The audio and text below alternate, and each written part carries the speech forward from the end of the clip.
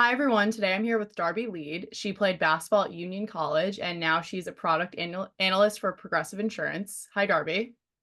Hi, thank you. Yeah, thank you so much for coming on here today. So I just wanted to start off by asking you a few questions about your college athletic career and sort of how that influenced your career path. If you could talk about that a little bit. Perfect. So, for me, going through the college experience, I learned a lot about myself and like my leadership styles, my communication styles. And, that's something that I've seen has definitely transferred into my current job now at Progressive. Being a college athlete, going through the recruiting process in high school, first of all, like at such a young age, you're told like no by, schools that you may be interested in. And you're basically getting interviewed in high school for these colleges. And that's something that was really valuable going through the interview process for jobs out of college as well, because it was like, okay, I've already done this. That's a unique position that a lot of people can't say the same about.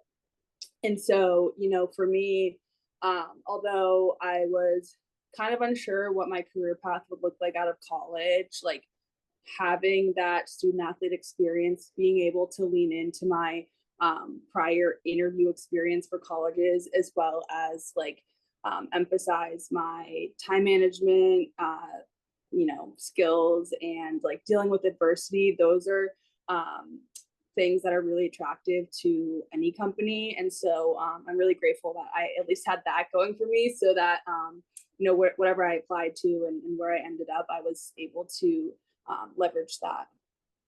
I know we spoke a little bit off camera about, your major and how you were an econ major. Can you speak a little bit more about, how you sort of tried to find your footing because you didn't go into economics, obviously, after you graduated. So Yeah. did you sort of figure out what you actually wanted to do? Yeah. So, I mean, where I ended up at Progressive, so I was in a 2-year rotational program as a data analyst before I got my full time role in product now. But like, I didn't even know I wanted to do that. And I honestly had like a bit of an imposter syndrome when I did my internship at Progressive because, people that I was working with were coming from like big schools like Ohio State, where they were a data analyst major or like a data science major, and I was an econ major. And so I didn't know if I was going to be prepared enough for that granular of a job. But like what I realized after the fact and during my internship was like a lot of what I was doing in my classes um, translated to the work I was doing as an analyst, and especially like the thought process behind the projects and the analysis that I was doing. But for me, in terms of like how I picked to go down this route, I really leveraged networking, and I got lucky that there was an alumni that was super invested in our team at Union, and he actually was very successful at Progressive. So I started just networking with him and editing my resume, and he was just helping me figure out the path that I should be going down based off of what I like to do. And that's how I found Progressive and was able to, apply to that program that I did. But yeah, it was hard because there's no like economic jobs. I mean, I guess you could be an economist or something, but that's kind of where I learned through that process to leverage maybe some more like specific skills of my background instead of the overall title of my major, if that makes sense. Yeah, I feel like from speaking to a lot of other people, like imposter syndrome is kind of like a common term. Not a lot of people have like put a name to it, but definitely like especially people who have come from like higher major schools who may not have had the specific work experience background, like going into their first Yeah. job. I feel like imposter syndrome is definitely something that a lot of Yeah, former feel when they enter the workforce. definitely. Can you talk a little bit more about, your specific experience, like heading towards the end of your college career? Like, how did you feel like the resources were at Union, and helping you prepare for, post grad and the job search? Yeah, I mean, I definitely utilized Union's resources a lot more my sophomore year.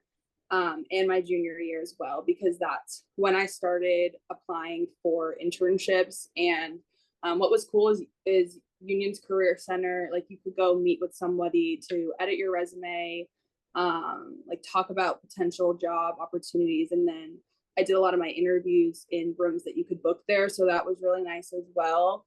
And then, yeah, another big thing I did, which was definitely more emphasized through my coaches at Union, was the networking piece, like reaching out to Union women's basketball alumni or just alumni in general to just learn more about what they do, that had specific major similarities to me from college. So I definitely utilized the resources more my sophomore and junior year, as I was trying to, get an internship, because my goal was to have hopefully an internship that I liked that could, translate to a full-time job. But yeah, I think it was a huge advantage to be an athlete again, because you're already born into that network of basketball alumni. And luckily, like everyone at Union is always willing to help, and I'm sure that's the same at a lot of other schools. So that's definitely something that I've always also encouraged, my younger teammates and the people there now, on the women's basketball team, to do as well, like kind of give back and help them out, and then also encourage them to reach out to alumni that they may be, interested in learning more about their career paths. Yeah, I feel like Division 3 sports are like really unique in that aspect, as you get like a more obviously holistic college experience and you're encouraged to find internships and, Right. work starting pretty early, like at the Division 1 level, even mid and low major, I feel like it's just not encouraged or emphasized or even like talked about enough at all. Um, Yeah.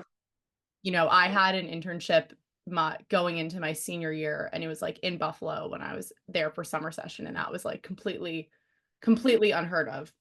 Yeah. So and it wasn't encouraged by my coaches. It just wasn't even like a Just, subject at all. It just like happened. yeah. And that's definitely something that um I wasn't prepared for going into college. Like everyone always says Division 1 basketball, that's like your job when you're at school, right? Basketball is your job.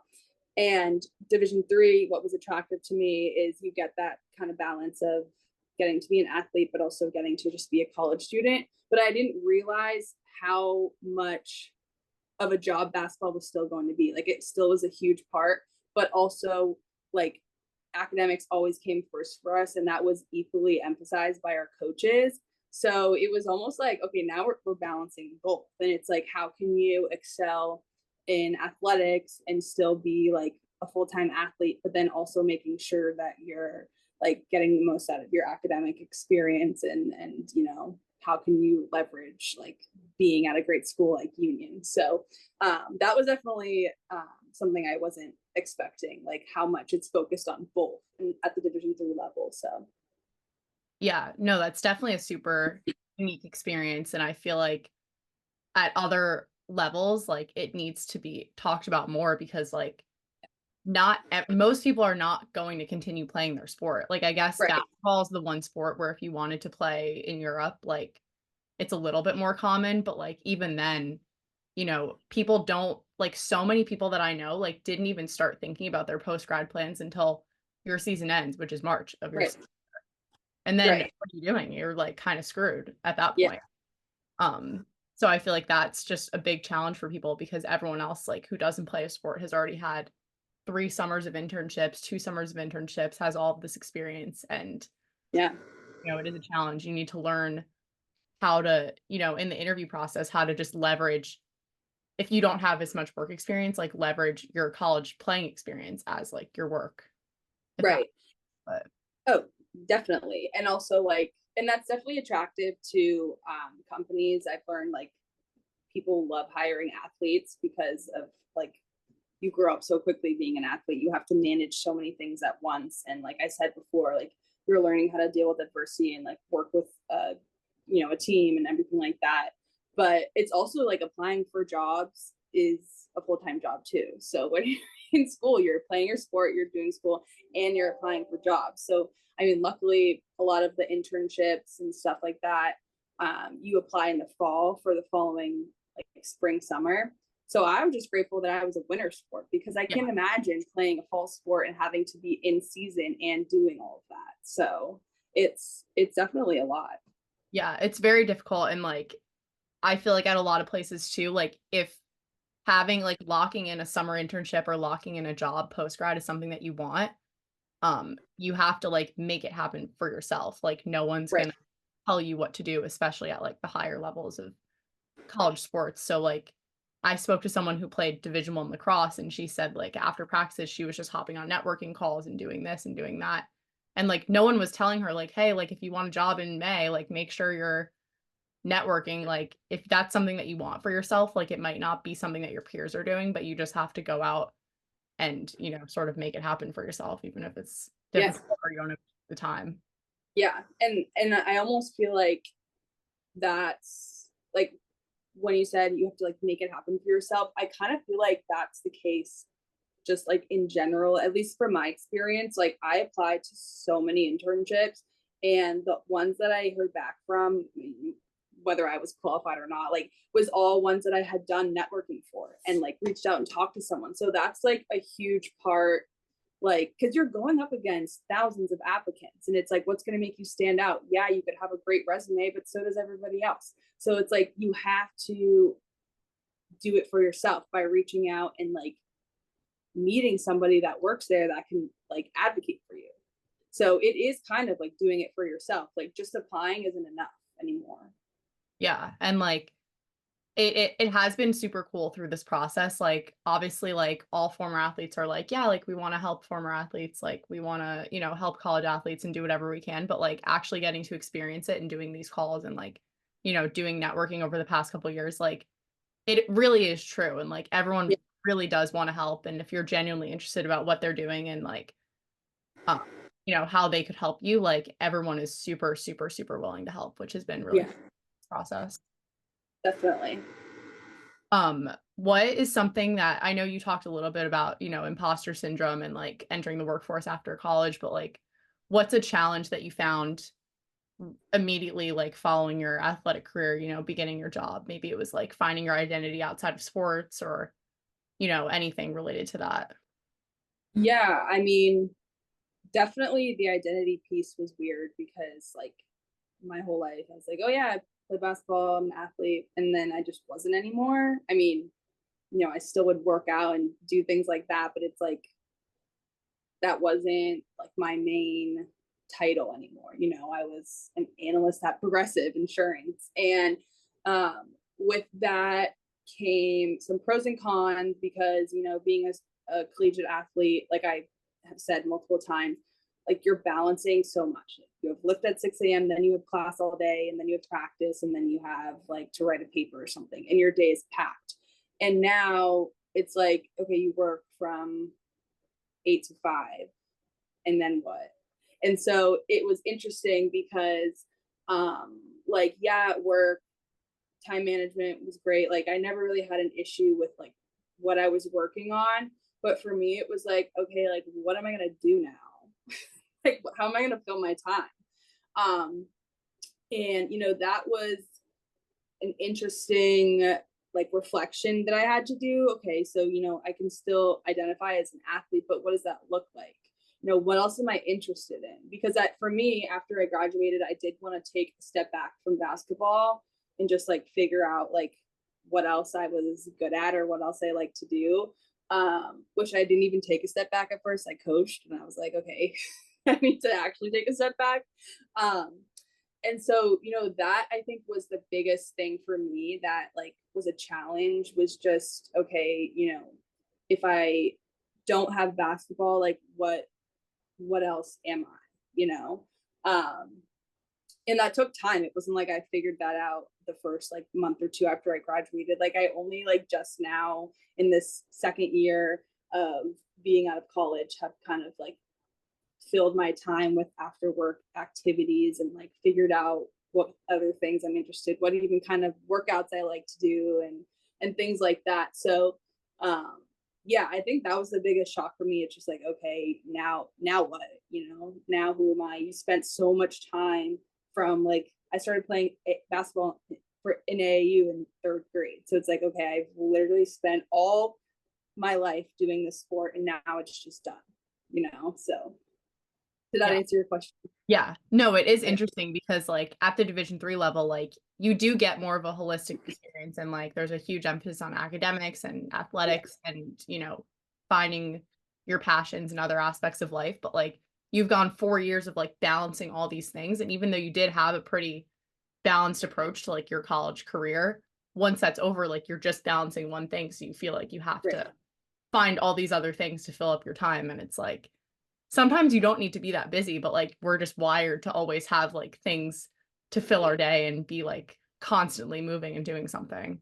Yeah, definitely. And I feel like also like there's this mindset or like lifestyle, I don't know how to phrase it, like in college, like okay, it's almost like you're on the grind, like you're up, you're going to lift early, then you're doing all this stuff all day. And like I still struggle with this now where it's like if I don't get up and go to the gym early, like did I fail at that? And it's like no, like you don't need to be, it's great to have that motivation, and sometimes I am wanting to be like that, getting up and kind of having that same lifestyle where it's go go go, but then also like accepting and realizing that like your life can look different now and it doesn't have to be like that super structured, intense like schedule, if that makes sense. So Yeah. that's something I'm still working through. Like in my brain, I'm like, okay, like if to be productive, like it has to be early, which like, it's not always the case. So Yeah. I feel like that's definitely something that a lot of people struggle with, especially if you went from playing like a super high major Division 1 and then oh yeah. over in a second, you're like, oh my God, Yeah. I don't even know how I'm supposed to work out without physically feeling like I like am gonna pass out or Right. Right. Yeah. And that's what I had done for so long after I graduated. Like I had been doing Orange Theory because that was the closest. I mean, I really enjoyed it, but like that was the closest workout I could find that was like a group environment like my team lifts that also like pushed me to exhaustion. And then I just got so burned out of it. And I was like, why am I doing that? Like, I don't have to be still, obviously if I enjoy it, whatever, but it was interesting for me to realize that it's like, okay, I don't have to be going that hard all the time. yeah, for sure.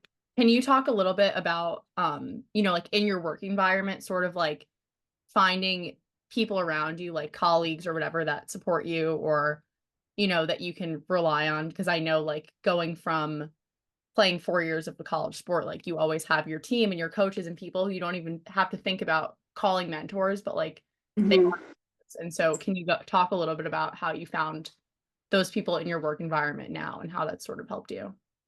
Yeah, definitely. That's a good question. I am somebody who always values mentorship. Like I've always sought out like an upperclassman who I could kind of get close with and lean on, and then vice versa, me to it, underclassmen as well. But like, so that's something that I was really gung ho about starting my job. Like I really wanted to, in each of my rotations in my program, like find somebody that I could get really close to and have as that mentor and that person to confide in. And like I didn't always find that in my rotations because you're working with all different types of people and it doesn't always click. But like for me, having that as like a really big thing that I value, I mean, I have a bunch, I have a wide network now, especially a few close colleagues that like I'm still in touch with and I meet with regularly that I don't even work with anymore. And so it's nice to have those people that I can share my experience with as I've, transitioned out of working with them.